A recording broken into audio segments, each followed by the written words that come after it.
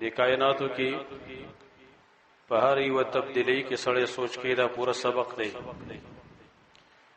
زمونږه په دې ژوند کې شپه ورځ کې مختلف تبدیلی ناراضي. د هر یو تبدیلی دا زمونږ د پاره یو سبق دی، لیکن که چېرته مونږه پای کې لږ تدبر او لږ سوچ او لږ فکر وکړو. لاول سهار کې نور راوخیږي، د انور څه وخت پورې او مازیګر کې بیا نه وخت پرې وځي. دم یو پورا سبق دی چې زمونږه دنیا ته راښکاره کېدل دا څه وخت پورې دي، څه وخت په مونږ باندې د پناه کېدو راتلو والا دی. سپومۍ کې که سړی فکر کوي لاول دا نری راوخیږي، رب طرف ته باندې غټیږي بیا مکمل شي او پوره شي. دین وروسته بیرته په نری کېدو باندې شروع شي، آخر کې بیا نری ښکاره کیږي. دا د انسان حالت دی. اول کې معشوم یې رفته رفته باندې غټیږي او خپل ځوانۍ ته ورسیږي او خپل اشد چاہیے ته 33 سال عمر ویل کیږي، هغه ته ورسیږي نو رفته رفته بیرته بیا کمزوري شروع شي، کمزوري کی حتی چې اخره کې بیا ختم شي. په دې موسمونو کې سړی سوچ کوي یو موسم دا دوامدار نه وي. مونږ باندې اوړه ټول عمر نه او جمع ټول عمر نه وي. اوړه راځي هم دې کې پورا عبرت او سبق دی، جمع چې راځي پائے کې پورا عبرت او سبق دی. د ګرمۍ موسم دی، په دې ګرمۍ موسم کې د هر مؤمن د پاره دا پکارو چې دینه پورا عبرت او سبق غستلې وي. په زیر دې باندې چې منګه د ګرمۍ نه یو سبق واخلو، یو عبرت واخلو. الټه منګه هغه خلکو تر دې بدیو کم خلکو په لاس کې چې واک دی، کم خلکو په لاس کې چې د بجلی واک دی، ایت منګرا دی بدی شروع کو ټیک د دغه خپل غلطی ده، دای خپل ظلم او زیاته لري چې هغه کې دغه الله سزا ور کوي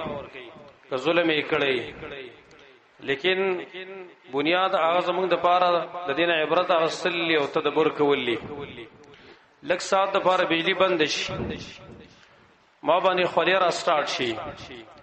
زما سا بند شي، ساډوبي په ما باندې راشي، زه ټیم نشم پاس کولای، بهر ته منډې وام که په یو تنګ ځای کې یم ام فورن پاسېږم بهر ته ځم چې لږ هوا را باندې ولګي ټینګېدی نشم.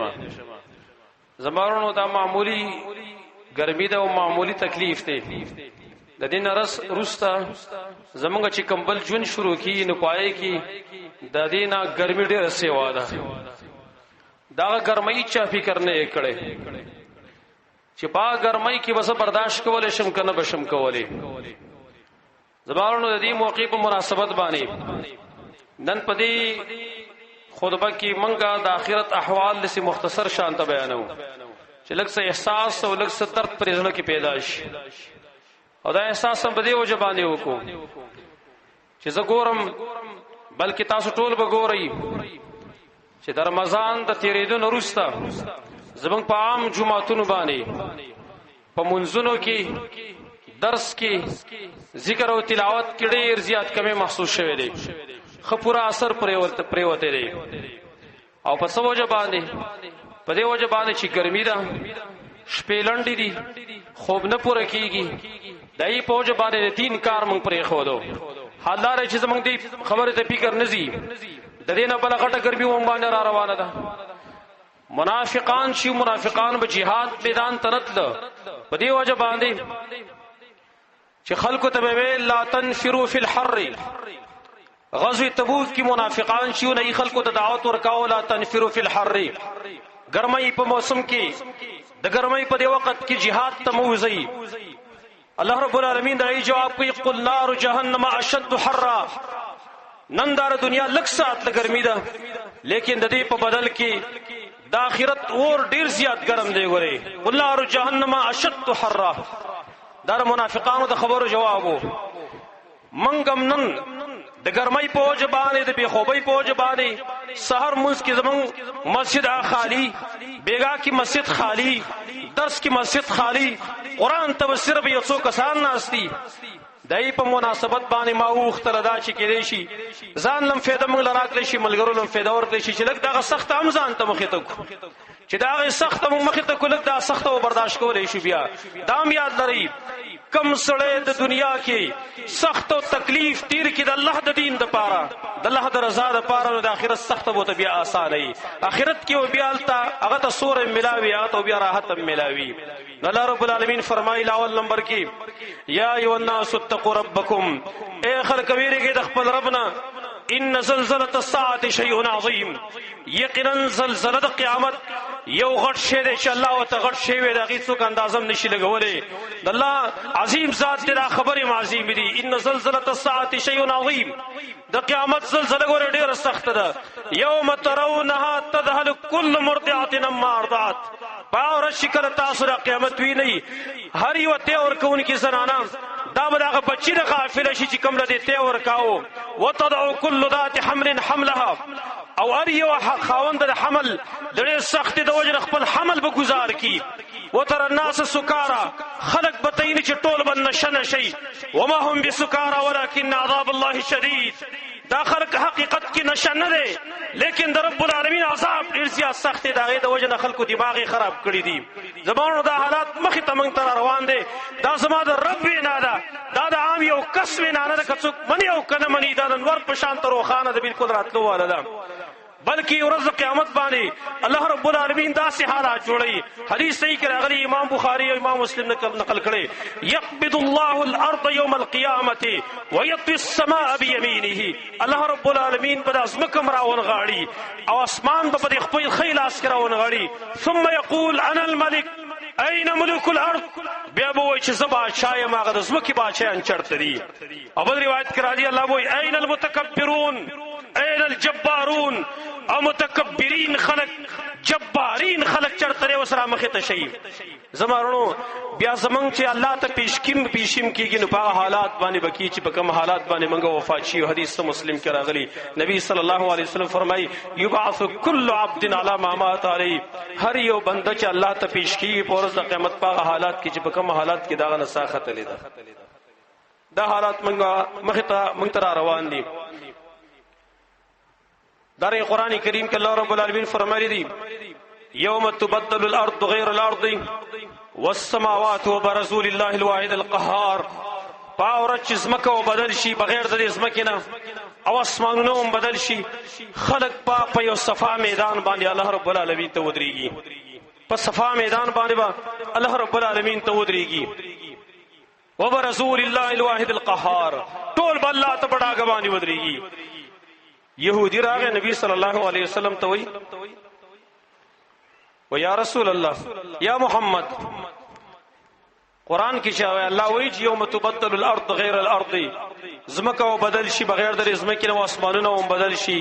کله چې د زمکه بدلیږي نو کوم ځای کې به خلق ولای، دا خلق به چرته دي. نبی صلی الله علیه وسلم تو فرمایل دا یو بل مرحله خطرناکه، وای دا په پولیس صراط باندې په تور تیار کې دا ټول خلق جمعي، په پولیس صراط باندې لاندې جهنم دی، برا تک تور تیار ده، خلق په پای باندې الله را جمع کې زمکه و بدل کی، او دا زمکه و څنګه بیا بدل کی. نو بل حدیث کې راغلی نبی صلی الله علیه وسلم فرمایي یحشر الناس یوم القیامة على ارض بيضاء عفراء، دا خلق په ورځ د قیامت باندې الله رب العالمین راجمه کی پاسمکه باندې چې هغه با سپین او خړ رنگ شانته وي، کقرصه النقي، پشانت دغه ککوړی د میدوړو لکه میدوړو دغه نه چې کم ککوړ کوم ډوډۍ جوړ کړی شي، ليس فيها علم لاحد، شپای کی بدای چا څه نه خنئی، نه څه آبادی، نه څه ډیر کوي، نه څه ونی سورې، ایشه باندې یو صفا میدان، صفا او ستر میدان، پدې کې بر ټول خلق الله ته جمع کی. نن ګرمي سخت شي، زره سوري د لاندې شم، پکې د لاندې کې نه ما چرته د ونی د سوري د لاندې کېدم، چرته د آبادی د سوري د لاندې کېدم. نبی صلی الله علیه وسلم فرمایي ليس فی علم لاحد، دای چاوب کې څنګه مخه سا اثر به پکې نه. زمارونو او په دغه ځای کې چې کله خلک په صفا میدان کې ودرېږي او قران کې ډېر آیاتونه کې راغلي دي لا ترى فيها عوجا ولا امتا نو پکې تاسو کوګواله ویني نو پکې څه ډېر کوي مې راکې دي او قران نور نم ډېر شي ته معلومه ده چې خلک په یو صفا میدان باندې الله تعالی ولاړي آباده نه ما آباده نه نشته او زه نور څه حالت دي د نور څه حالات دي نور نن سبا تاسو په تشتري د سنځانانو خبره ده والله عالم شایي بسنګ ریشي او کې دروبو وي ور سنس والا خبره ده تاسو معلومه ده چې وسوي دا نور د رزمکې نسمر لري دي 9 کروڑ 30 لاکھ میل دا رزمکې نه لري دي 9 کروڑ 30 لاکھ میل دا اوس په دنیا کې نور د رزمکې نه لري دي او حدیث مسلم کې راغلی نبی صلی الله علیه وسلم هغه فرمایل تتنى الشمس يوم القيامة من الخلق حتى تكون منهم كمقدار ميل نور با پورز قیامت رانی زدیک لیشری خلقو تا تردیشی خلقو تا با د یو میل پا پاسله بانی د یو میل پا مقدار بانی اگر اور رسیگی سلیم ابن عامر دے فرمائی وی ما ادری ما یعنی بالمیل ما تا پتا نشتره چی پا دی حدیث کی د میل لسا مراد دیم مسافت الارض آیت ازمکی مسافت دی مراد دے چی معروف میل لے او المیل الذی تکحل به العین او کنا اغا صلیتی مراد چی بکمان خلق ستر کی توری دا معلومات ما تا نشتره کاریو شی کدا معروف میل شی او کدا صلی پا مقدار بانی شی زبانو پخپر تاسو اندازه لگولی شی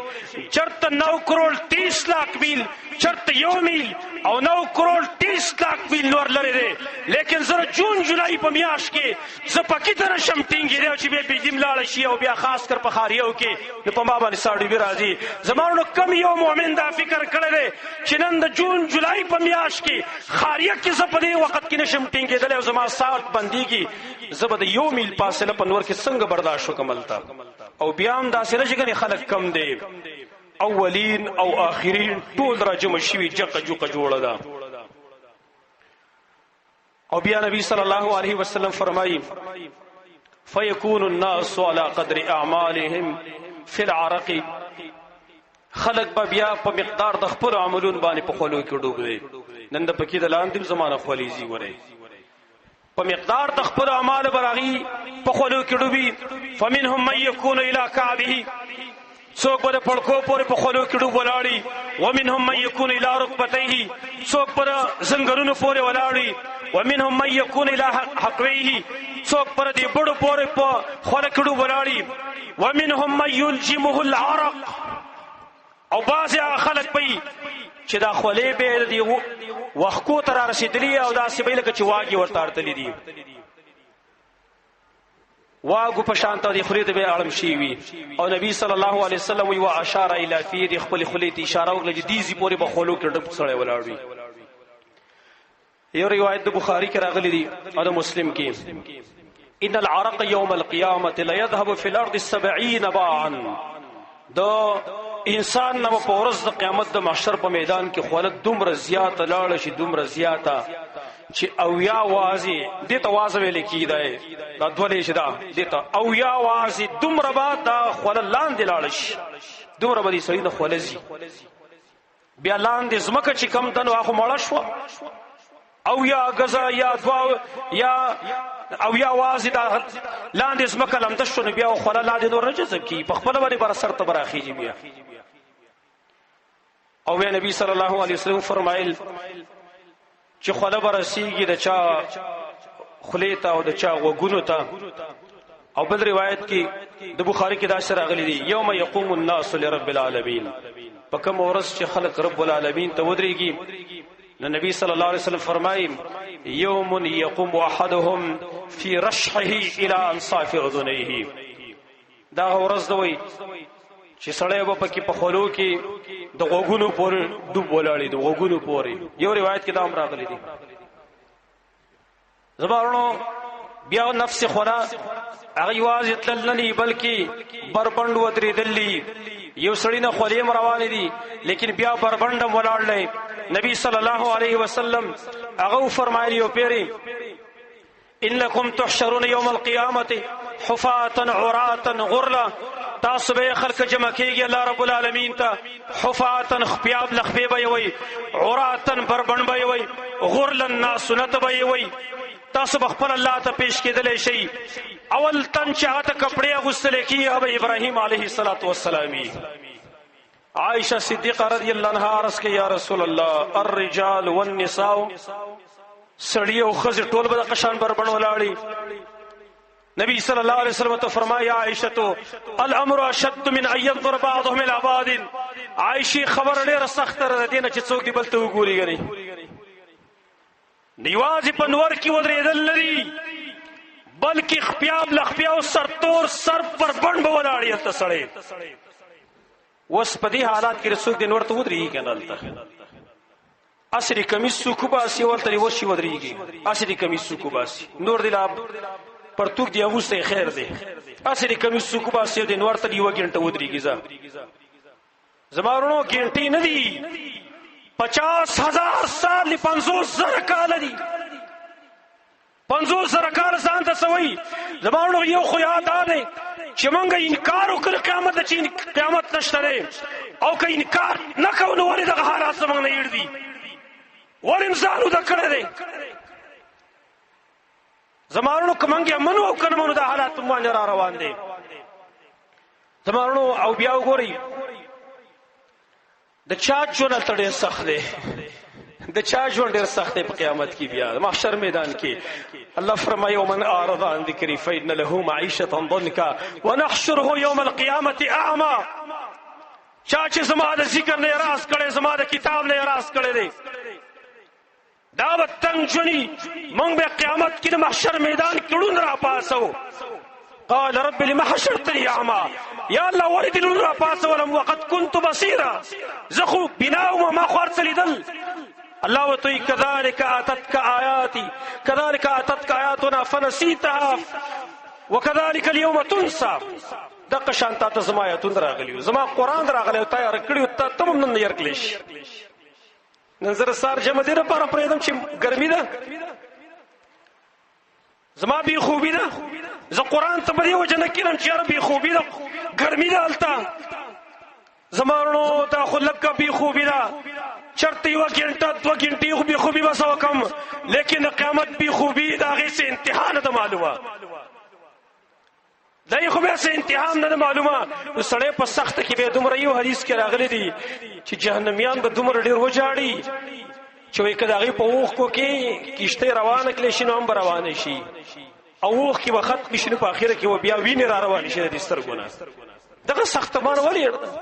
دیو جن بای سلف وویل تهجد بارکی باغی ویل من خو او تهجد در کنار سار مانزه ته څوک نه را پاتېږي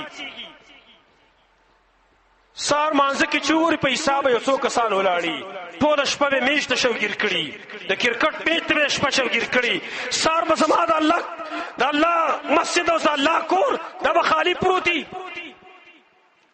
او حي على الصلاه حي الفلاح دا غیران چې کی دا غي بسو جواب نور کوي نبی صرف ویل د تهجد مبارکی ان قیام الليل ايسر من شرب الصديد واكل الزقوم. وريات ترى نن د شپې پاسې د آسان دي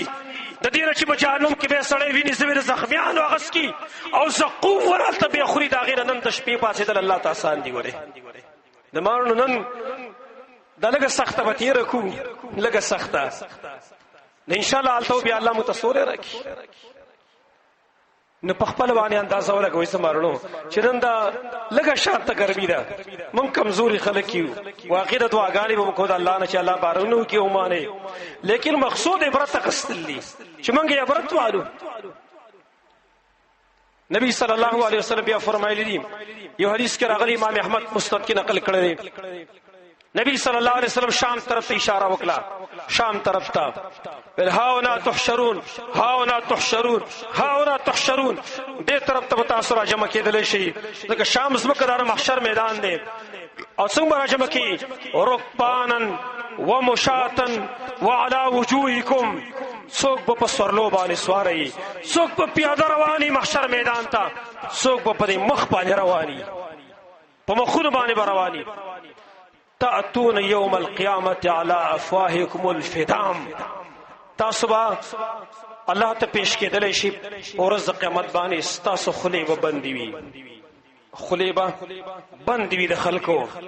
اول ما يعرب عن احدكم فخذه، اول چې گویا کی په ورځ د قیامت باندې اول د محشر په میدان کې د رب په مخ کې د انسان په اندامونو کې چې اول گویا کیږي فخذه، د اورون به گویا کی اورون، د اورون به خبري شروع کی لاول په ما ادا کړی په ما ادا کړی، بیا نه باقی اندامونه اليوم نختم على افواههم وتكلمنا ايديهم وارجلهم. الله وینن به موږ د پخلو باندې مهر وهو زموږ صبرتي ولا سره د خپې خبرې کوي په غامرون شدي کړی دي. زمارونو نن د جون جولای دال ګرمي موږ ته یاد ده، پکاره چې پدې کې موږ د آخرت ګرمي ځان تر یاد کړو. اوس د آخرت ګرمي اخو سختم دا ډیرم دا نه د پاره اسباب خوشته کړي چې دغه نه سړی ځان بچ کی. نو نبی صلی الله علیه وسلم په یو حدیث کې و قسم خلک ذکر کړی دی چې دا به د عرش رسول د لاندې ناست او بعضی حدیث کې نور راغلي دي. نو په ورځ د قیامت د عرش ته سوري د لاندې چې دا به یخ سوري د رب العالمین عرش ته دای د لاندې به خوش قسمت خلق ناس دا بسوکی،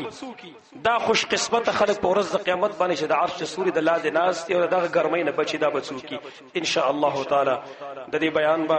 آینده جمعه کې وکړو چې کوم خلق وای چې په ورځ د قیامت به د عرش سوري د لاندې ناس دي. الله رب العالمین دې موږ د قیامت د ګرمۍ نه محفوظ وساتي. الله دې موږ د خپل عرش سوري د لاندې زیاره کې. اقول قولي هذا